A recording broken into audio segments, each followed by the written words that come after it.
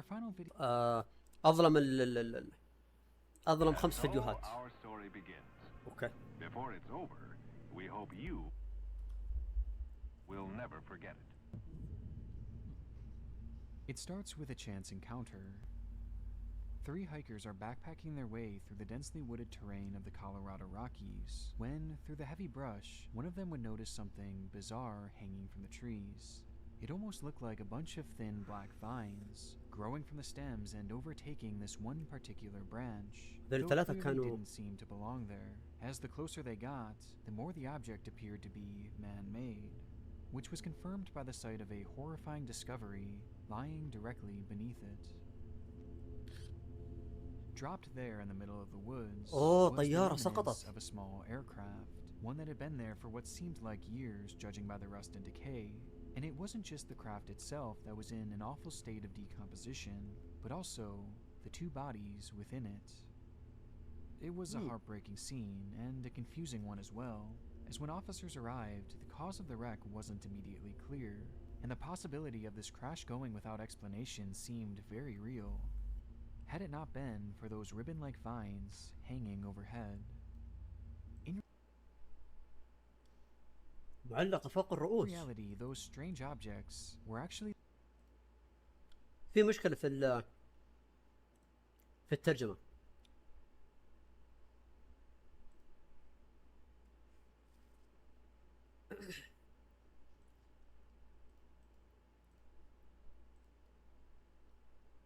Okay. The remnants of a VHS tape, with its case being cracked open and its contents scattered about the area. And inside the craft itself were pieces of a broken camera, introducing the possibility that the 2 men inside may have been filming at the time of impact. And so, despite that exposed footage being out there in the elements for an extended period of time, it would be painstakingly pieced together and resurrected, revealing the following footage.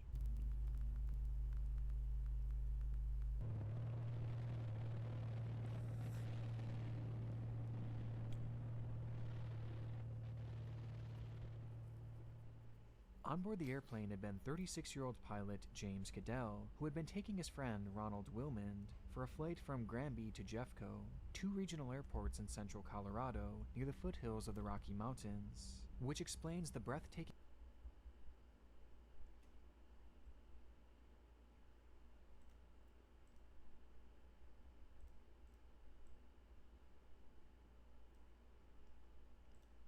عشان الترجمة بس. Scenery that's so apparent throughout the footage. Throughout the 6-minute recording, we hear brief moments of monologue from James as Ronald sits behind him soaking in the view. Oh, look at that down there, Ronnie, on the left. Until this moment. حتى اللحظة. That by many accounts from aviation experts forever sealed the fate of the plane and its 2 occupants. All around them were tall mountains, which, despite looking beautiful, were soon going to become obstacles for the pilot, as due to something known as density altitude, the small aircraft would not have been able to climb to a higher altitude with enough time to avoid them. Though strangely, nothing is mentioned by James about this unfolding reality, leading some to theorize that he was distracted by the view, and maybe even looking downward at the pristine lake, while the mountain crept closer and closer. It's painful once you realize the predicament they're in, as the closer they get to those mountains, the less chance they have at maneuvering around them. And by the time they do realize, it's already much too late. ما كان عندهم الوقت انهم يطلعون فوق الجبل او يتفادونه.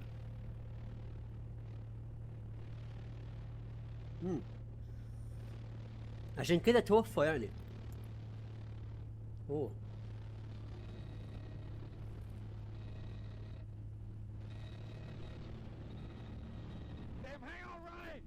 اوف اوف اوف اوف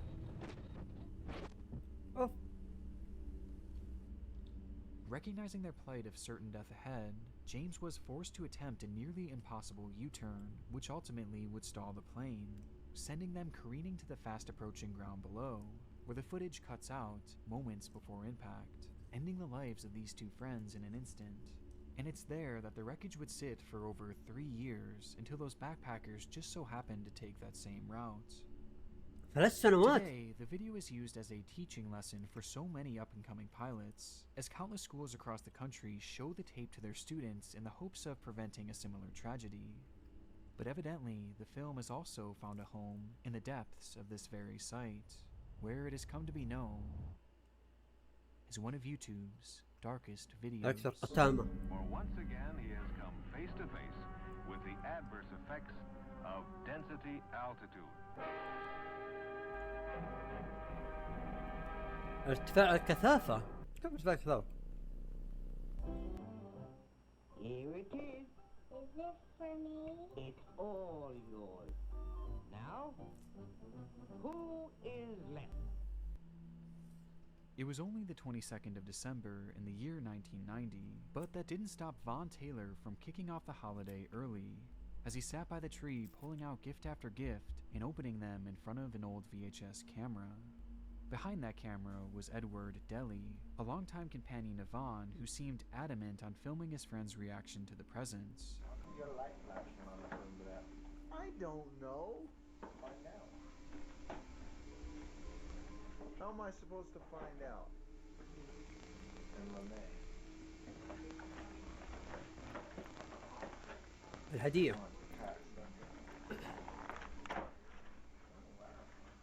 What is it? Baseball card.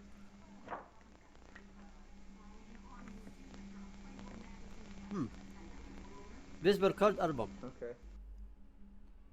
The video is a bit awkward, as the two momentarily bicker about the camera recording, and Von hardly seems to acknowledge or show any sort of gratitude in response to the gifts he's receiving. But it's seemingly nothing too out of the ordinary, and is probably reminiscent of so many other home videos out there of friends and family members timidly opening up their presents, except for one overshadowing detail, with that being who these men actually are. Before this video was taken, both Von and Edward had served time in prison, Edward for arson and Taylor for aggravated burglary, and upon their release it was hoped that the two were now reformed and would be able to live more lawful lives, which could not have been further from the truth. Almost immediately upon being released, Von would call one of his friends to tell them that both he and Edward had plans to go into the mountains and, quote-unquote, shoot some people. And from there, they set off into the wilderness of Oakley, Utah. On their expedition, the two stumbled across various cabins where they would break in and either camp out for a while or just completely ransack the place. يعني هم طلعوا من السجن دقوا على أخويهم قالوا أوه يلا خلينا نروح الجبال، مو عشان التسلق ولا التزحلق ولا أيا كان، لا يطلقون على الناس النار. As in most cases, the owners of these cabins were long gone for the winter due to the inclement weather of the area. Though this wasn't true for everyone, as during the same time, the Tita family, consisting of Father Rolf, his wife Kay, and their two children, Lene and Trish, along with their 76-year-old grandmother, Beth Potts, had been staying in their cabin to celebrate Christmas together. And so, on the morning of the 22nd, the family would go into nearby Salt Lake City to finish off the last of their Christmas shopping, leaving the cabin unattended at the exact same time that Von and Edward happened to be strolling through the area. Oh. Upon breaking in, صادف the two وجودهم. quickly recognized that whoever was living there had only just momentarily stepped away and would be returning at the very latest by Christmas, as evidenced by the gifts sitting under the tree. And finding their first real opportunity to carry out their intended goal of murder, the two hunkered down and waited for the family to arrive back home. While hiding out, it's unknown what exactly the two had done to pass the time, except for a brief few minutes in which Edward would pick up the family's VHS camera and record Von as he tore into the family's gifts. The added context makes this video all the more disturbing, as Von was opening gifts belonging to the family that they were waiting to kill.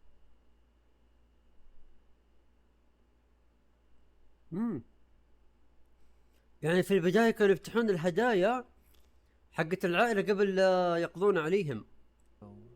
And it's made all the more chilling when you notice that Von is carrying a gun, along with the moment that he says Lene Tita's name as he reads it on the gift wrapping. And worst of all is that the gravity of the situation they were currently in clearly had no impact on these two men, as they were completely emotionless. And unsurprisingly, things only get darker from here, as after a few hours, Beth, Kay, and Lene would pull into the driveway. Upon entering the house, the pair of men would immediately point their guns at the family and start making demands, to which Lene responded by praying to God that her and her family be spared, which was of no use, as Edward turned to her and claimed that her prayers wouldn't work, as he only worshipped the devil. And moments later, the two would grab her mother and grandmother and end their lives for no apparent reason. This left only 20-year-old Lene, who tried desperately to convince the men to leave, knowing in the back of her mind that her father Rolf and sister Trish would be arriving soon. But it was to no avail, as her pleading was interrupted by the sound of another snowmobile pulling into the driveway. Upon exiting their vehicle, both Trish and Rolf would be held at gunpoint, with Rolf being told to strip his clothes and give up all his money. Again, pleas were made to just take anything and leave them alone, but the two men remained unfazed. They wanted to cause pain and anguish to anyone and everyone, and nothing was going to stop them. And so, Vaughn pointed his gun at Rolf and pulled the trigger, striking the man in the face before delivering one final blow to the back of his head, leaving just the two daughters. Having thoroughly decimated what just an hour before was a happy, healthy family, Vaughn and Edward would cover Rolf and the cabin in gasoline and set them on fire, before hijacking the snowmobiles with the two remaining daughters and driving away down the hill to a nearby road. However, they weren't alone.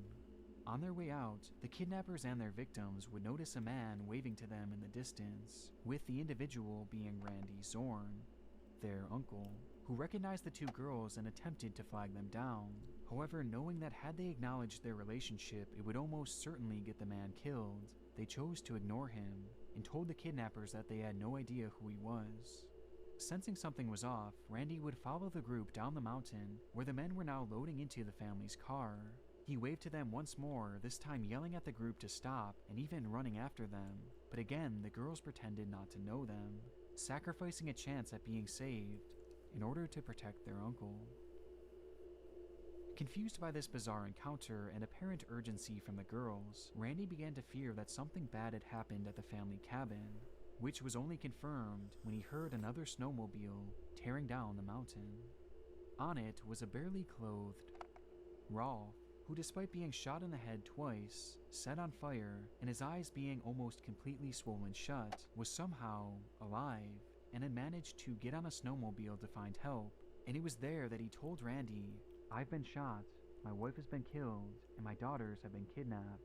Something that most likely saved the lives of those two girls, as the police were contacted and were able to quickly track down the vehicle, where the kidnappers would accidentally run it right off the road, flipping it over multiple times before crashing into a ravine.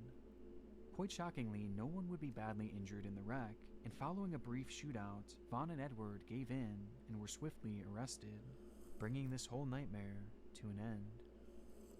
When the dust eventually settled, Edward would end up receiving life in prison, while Vaughn, the man shown here opening the family's gifts, was sentenced to death, with both men reportedly being visibly shocked at the sight of Rolf when he showed up to court to testify against them.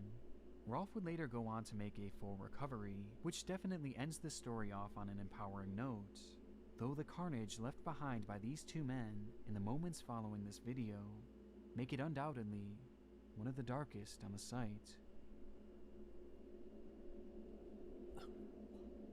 شيء مرعب، شيء مرعب. ما توقعت اللي في البداية، توقعت من عائلة سعيدة ولا مضطربة. اللي في البداية يوم فتح الهدايا وزي كذا قلت يمكنهم اخوان ولا شيء ولا بمقلبة. طلعوا هم الحرامية اللي سيقضون على العائلة عشان تشفير، اللي بيقضون عليهم. فطلعوا لا، او طلعوا ايه فعلا. وش اللي طلعوا لا؟ ايه فعلا هم اللي انت فهمتوا الفكرة؟ اوكي اعلان لا I gotta keep watching the southwest side. It's where most of them come from. You think it's likely? No. يا اخي الابيض والاسود. Even in weather like this, الافلام والمسلسلات الابيض والاسود يا اخي there's always a chance. لها دائما جوها الخاص. as hail began to fall from the sky and the sun became completely concealed by the dark clouds أمطار وإعصار. overhead. This was nothing out of the ordinary for the area, though, as Joplin, Missouri is and has been notorious for its consistent threat of massive tornadoes. And so, despite the fear of an impending tornado looming in the area, many just continued about their normal lives, including a صار شيء select طبيعي. few who even showed up for school, like Will Norton. The then 16-year-old had been attending Joplin High School, which he was headed for that very day to attend an early morning tennis practice, only to be met by those extreme conditions, with Will later going on to describe the harrowing events of that day in a YouTube video titled, "I Nearly Died." So I get ready really fast and I rush to school, out the door, and then I'm leaving for school and there is just tons of rain and the wind is so crazy. You just see water. It's like horizontal rain and all the cars are like veering. I was having trouble keeping my car on the road. I drive a Hummer. This should not be happening. Anyway, I made it safely home and I think I'm just gonna go take a nap for the rest of my life because I didn't die. Oh my gosh, I'm done. The هذا video هو was الحين. posted to his YouTube channel called WillTheBeast88883333, where he had found genuine success in the early days of YouTube, becoming a pioneer on what was then a brand new space, long before YouTubers were ever actually a thing. But throughout his كان entire سابقهم يعني channel, في this بداية القناة. upload was by far the most chilling, not just due to the brush with death he experienced that day, but because of the events that would unfold just 2 years following its بعدها. release. The date was May 2nd, 2011, but for students of Joplin High School, they simply referred to it as Graduation Day, the day in which Will and his classmates would walk the stage into the next chapter of their lives. It was an event that Will and his family watched excitedly from the crowd before the moment was interrupted by the ringing of a tornado siren. These sirens lasted only around 30 seconds, leaving many unfazed as they were practically a daily routine in the area, given just how common severe weather was. And with no further alerts coming through their phones, aside from a standard warning letting them know that conditions were ripe for a tornado, things continued on as normal from there. With the rain now starting to fall, Will's sister Sarah, along with their mother and grandmother, chose to hop in the car and head home in order to get a head start on preparation for the night's graduation party, leaving Will and his father around 20 minutes behind, with Will driving the two home in his beloved Hummer, which he had mentioned often across his channel. And with that, the family was split up into two cars, one that at this point was almost home, and another that was just beginning their route, which is when things began to get more worrisome. Suddenly, the rain fell even harder, and the winds began blowing horizontally, to the point that trees were starting to bend over and eventually break due to the strain. Recognizing the worst وهذا إعصار أقوى من اللي قبل اللي كانوا متعودين عليه. just arrived at home to ask her to open the garage for them so they can pull right in and avoid having to get out in this worsening weather. A request that couldn't be completed, as right after their phone call, the power would suddenly shut off, rendering the door impossible to open. And so, Sarah called back with the update to let the two know that they would likely have to park outside and make a run for it through the front door. Though by this point, the sound of wind was nearly deafening over the phone, and despite repeatedly asking, "Dad, where are you?" all she could hear was wind, until the sound was broken by her father yelling, "Will, pull over. There's the tornado. Pull over." أوه From إعصار. the KSN Storm Center, this is a severe weather alert. Good evening. We've got some information on this storm. Let's go ahead and go to the Freeman First Alert Doppler radar. Trained weather. كمية الحين هذا يعني معناته انه عندهم اعاصير في المناطق هذه. كار جكشن وجوبلين او جوبلين بوكسر سبرينجز. شوف كلها احمر. منطقة عواصف واعاصير حرفيا. Weather spotters in Galena are reporting now sightings of funnel clouds going off in Joplin. Those are definitely power flashes that we are seeing on the ground. Have a Folks, tornado on the ground? This is a tornado. Yeah, this is a very dangerous situation. We cannot stress this enough. If you are in Joplin, please take cover. No, it is certainly going off. Caitlin, I'm just looking out the door right now. Please do not go outside.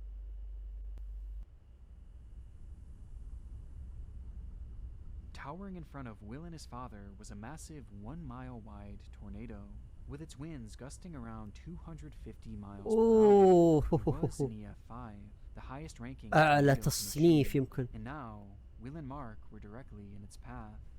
Suddenly, all Sarah could hear over the phone was the sound of crashing and destruction before the call would be dropped.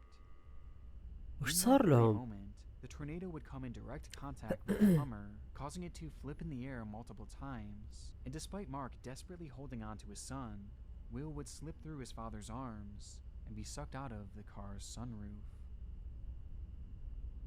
Somehow, Mark would manage to survive the direct hit of the tornado, but so many others were not as lucky, as the disaster would leave a staggering 158 people dead, including Will, who, despite being missing for days, would be found at the bottom of a nearby pond days later. The story of Will is incredibly grim, but it's made all the more disturbing by the video posted 2 years before, which now features so many chilling moments of foreshadowing. I'd pull over into the big puddles and I was like, ah. Keep in mind, I drive a Hummer, so really I shouldn't have any reason to be scared. Anyway, I made it safely home, and I think I'm just gonna go take a nap for the rest of my life. I'm done. I am done. I'm never driving in weather again, ever. Bye, guys. But although this certainly classifies as one of the darker videos on the site, the Norton family has turned this tragedy into something positive and celebrates his life as opposed to focusing on his tragic passing, with Sarah herself even bravely coming forward and releasing a video outlining her entire story of that day. He's in a good place. It's just hard on us who are left here dealing with all of it, but it's okay. He's just in the best place ever. So yeah, that's something to be happy about. He wouldn't want us to be sad. The time is getting closer and closer. The seconds are ticking. Excitement is building. هذا المو ذا. It was said to be the party of the year, a celebration to say goodbye to 2008 and hello to a brand new promising. ما من 2008 إلى 2024 وقريبا 2025 كل سنة يحتفلون بالسنة اللي بعدها، كل سنة يحتفلون يا الله، عشان الأرض دورت دورة كاملة في 365 يوم، مدري 64 يوم يحتفلون عشان الكرة الأرضية دارت. أوكي. It was New Year's Eve, the day where everyone is looking for a fun party to attend. And in Bangkok, Wow. Thailand, the Santika Club was the place to be. The event was dubbed Goodbye Santika, Goodbye hitting on the theme Santika. of leaving the past behind and starting fresh in this new year. And in preparation, promotional commercials would be shot and aired all throughout the region, building up even more hype for the much anticipated event. الحدث طال انتظاره.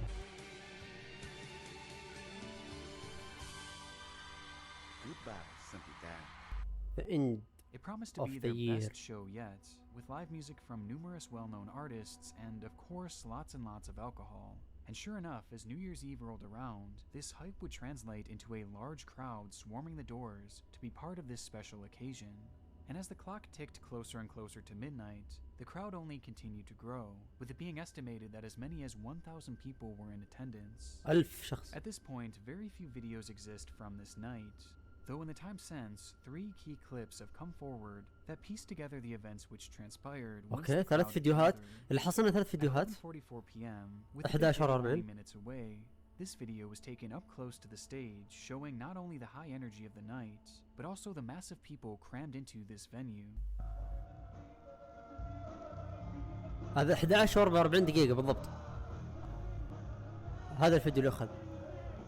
شوف كمية الناس كثيرين. It truly was the place to be, the kind of party that so many would have loved to be part of. But this wasn't even the main event. Midnight was fast approaching, and the owner of the club had promised a spectacle that the city would never forget. And so an idea was hatched, to give patrons sparklers which would be lit and used during the countdown. وميتر موبايل فون فوت.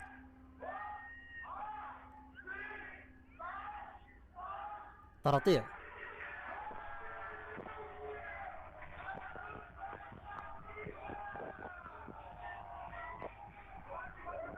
اوكي مستانسين بالسبارك هذا اللي تولع تولع عرفته. The camera shuts off after first showing a happy couple celebrating together, and then panning to the stage where the performers were hyping up the crowd even more and launching pyrotechnics of their own into the air, adding to the explosive atmosphere within the club. And finally, we have our third and final video, this one having taken place just a few minutes following the cell phone footage. Only this time, the cameraman was outside of the venue. المصور كان خارج المكان. سيارات اسعاف احترق. لا تقول لي احترقوا.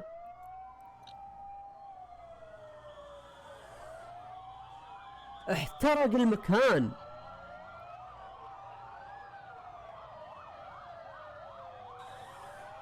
كلهم وي واقفين مكانهم. 4 سيارات شرطة كذا، 4 وراها 4 واقفين ومشغلين السيفتي، والبيت ذاك يحترق كذا. ناس يناظرون وي اوكي يناظرون، بس يناظرون. ما في اي شيء. ما حد يدخل، ما حد يروح يدور، ما حد يقول جيبوا ولا كذا. يعني شوف كمية السيارات، شوف كمية السيارات، شوفوا هذول كلهم. وتشوفون في واحد على اليسار كان مواقف، اللي هنا واقفين. No one really knows how it started. Perhaps it was the fireworks launched indoors as part of the performance. Or maybe it was the countless sparklers handed out to a sea of drunken people. Or potentially it was a combination of both. But regardless, somehow a blaze had erupted, quickly spreading to the club's ceiling, where the crowd would actually cheer it on, mistakenly believing that it was part of the event, as at that same exact time, a band just so happened to be performing by the name of Burn. By this point, the performers knew immediately that the fire was unplanned and that an emergency was brewing, and so they slipped off the stage and out the back exit, with no guidance being given to the 1,000+ people in the venue, none of whom had realized the danger they were truly in, until... يعني اليوم يعني الموسيقيين الحين المغنين عرفوا ان النار ما كانت مخطط لها، فعلى طول خرجوا من باب الطوارئ وتركوا ذول اللي قدامهم. Pitch black and silent, save for the crackling of the spreading fire. دجاج يخلص دقائق. ويت دقيقة. كمل. راح جبت زي ما تشوفون تعالوا اوريكم. دجاج وزي كذا. طبعا يشبه Alien Isolation، ذاك اللي ما ادري وش اسمه الصدق. ما هو ذاك المخلوق اللي في Alien Isolation. اوكي ما هو ما عليك. Illuminating the area to avoid, but not the area to run to. And suddenly, panic-driven chaos ensued. There were multiple exits, but just too many people, too much darkness, too much smoke. And in the matter of just a few minutes, the fire had consumed every inch of safety within that building. The tales told from within that event are horrid, with some of the most disturbing being not about the crush of humans surging towards the exit, or the unstoppable blaze moving at lightning speed. Wow. But instead, about a chandelier. حول الثريا؟ وش الثريا؟ In the video preceding the disaster, we see briefly through the low-quality imagery a chandelier, the club's crown jewel, measuring in at a whopping 10 meters in diameter and weighing over a ton. And while the fire began to spread to the ceiling, it came in contact with the base of this massive artifact, causing it to heat up and eventually snap from its supports, landing on top of the crowd below and taking the lives of multiple people. When the smoke eventually cleared on the catastrophe and the carnage was fully revealed, it would be announced that 67 people had lost their lives that day, with countless others being burned and permanently disfigured, leading to the club owner being jailed for 3 years. Despite the true cause still being debated to this day, the video from directly beforehand shows just how lax the safety measures were, as even if they weren't the direct cause, giving sparklers to 1,000 drunken people indoors was just a disaster waiting to happen.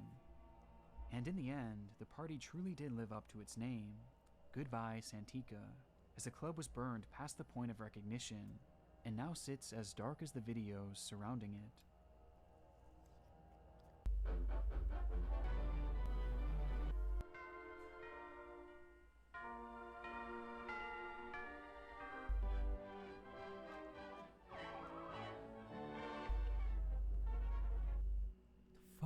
Our final video is probably one of the most unusual cases that I've come across in quite some time, with that being the story of Akmal Sheikh. Born in Pakistan in 1956, Sheikh had spent the majority of his life unnoticed, spending his days mainly outside of the gaze of the public eye, though that didn't mean his life was uneventful by any means.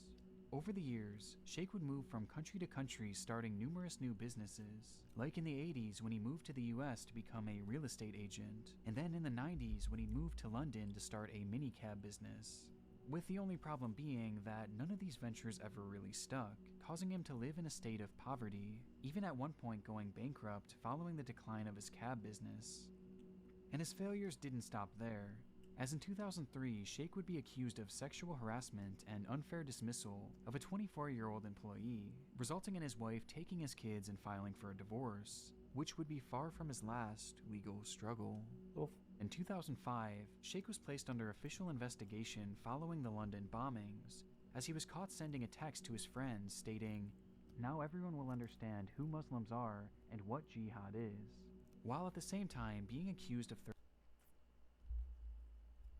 ما يمثلنا.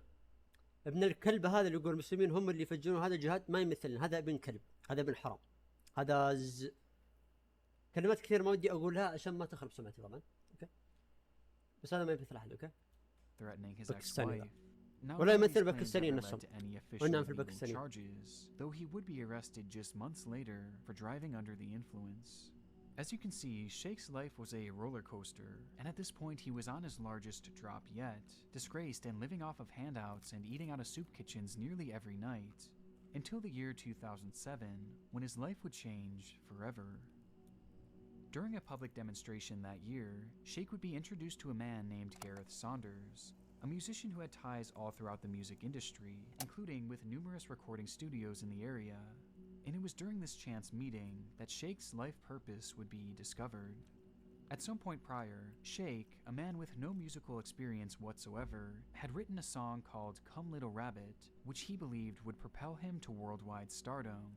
But it went even deeper than that, as Sheikh was so sure that not only would the song break records and become a global phenomenon, but also that it would bring the world together and usher in a new era of peace on earth. In a sense, he believed that this song could truly save the world, and with this in mind, he began to beg his new acquaintance to help him record the song in a studio, a request that Gareth eventually seemed to accept, as that very same year, "Come Little Rabbit" would be recorded and released to the public.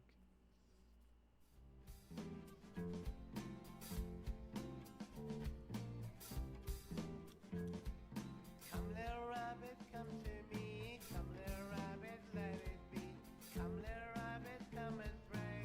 La ilaha illallah. La ilaha illallah. Illallah, illallah. La ilaha illallah. Illallah, illallah. As you can probably tell just based on how things are going so far, the song did not perform as intended, and sadly the world did not come together in harmony upon its release, likely because the song just wasn't very good. The sad reality of the situation was that Akmal Sheikh was a very mentally unwell man, and these big dreams that he had throughout his life were, in most cases, more so delusions. And though we don't know for sure what exactly he was suffering from, many close to him described his behavior as being on par with severe bipolar disorder, and "Come Little Rabbit" was the latest example of his struggling mental state, representing a point in which he detached his furthest from reality. And sadly, it was this very song that would drive his life to an even lower point. As the world continued on with its usual chaos after the release of "Come Little Rabbit," Sheikh still believed that it could provide peace on earth, becoming convinced that the only reason it رجال واحد يبغى يحقق السلام للعالم بأغنية لا إله إلا الله، ويقول هذا ما يعني وش قاعد يقول؟ يعني احس لو بكمل تحس انه في شيء غلط لو تكمل الاغنيه وتسمع الباقي، تحس انه ما له اي دخل بالسلام. hadn't worked already was that no one knew who he was, but this was all going to change after he received an opportunity that would shift the course of his life. وش اللي بيغير حياته Around the same للأسوأ؟ time, Sheikh was introduced to a man named Yekun, who had just the opportunity waiting for him. By pure chance, a once-in-a-lifetime performance had opened up in one of China's biggest nightclubs that just so happened to be owned by Cole, and supposedly being impressed by Come Little Rabbit, Cole decided he was going to fly Shake out to China to fill that slot and perform in front of thousands. And so on September 12th, 2007, Akmal would be flown to China free of charge to make his dream a reality. But before leaving, Shake was given a single suitcase by Cole, which he was told to bring along with him to their destination, since due to a scheduling conflict, Cole had to grab a later flight, leaving Akmal all on his own. By all accounts, the flight there went smoothly, though trouble quickly arose when the plane touched down at Ürümqi Airport in China, as there was one major issue. Shake didn't speak the language, and so, once released at the gate, the man had no idea where to go and was unable to communicate with anyone, leading to him pacing around nervously and acting slightly erratic, which didn't go unnoticed by airport security. They watched the man's behavior deteriorate for several minutes before ultimately making the decision to detain him and search his belongings, believing that surely he was up to something suspicious. Which is when they'd open that very bag given to Akmal by Cole, only to discover a staggering 4 kilograms of heroin.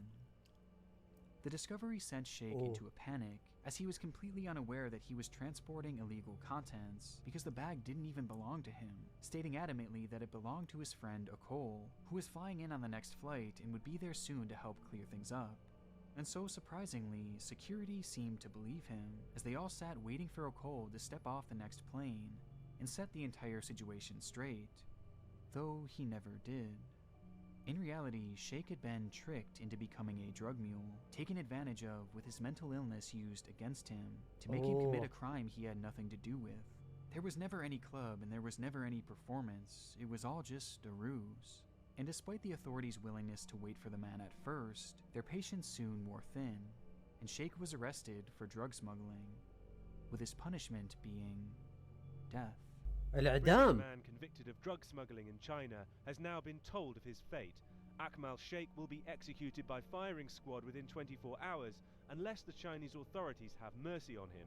His family says he has a history of mental illness and may have been duped into smuggling drugs by traffickers. The decision was extremely controversial all across the world, with the backlash leading to the case being heard for a second time in 2009. And despite numerous requests by Shake's lawyer to have the man undergo a mental evaluation, as he had been quite clearly taken advantage of, they were rejected, and the initial ruling was upheld, with a date being set for his execution on the 29th of December. Following this shocking decision, the first and one of the only 4 recordings of Come Little Rabbit would be posted to YouTube, which featured not only the lyrics, but also the sad story of Shake along with it, including a call to the viewers to join the effort in stopping the impending execution, as part of a massive final push to change the minds of China's government.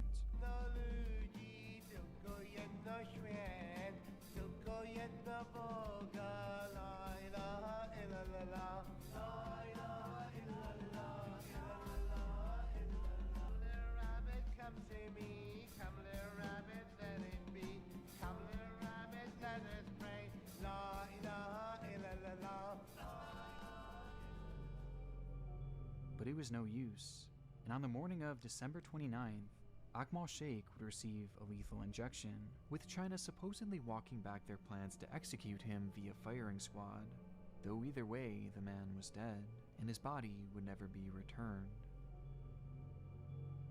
Today, the video of Akmal's song and the pleas to save his life remain as a forgotten relic here on YouTube, encapsulating the story of a man whose desire to bring the world together in song was cruelly taken advantage of.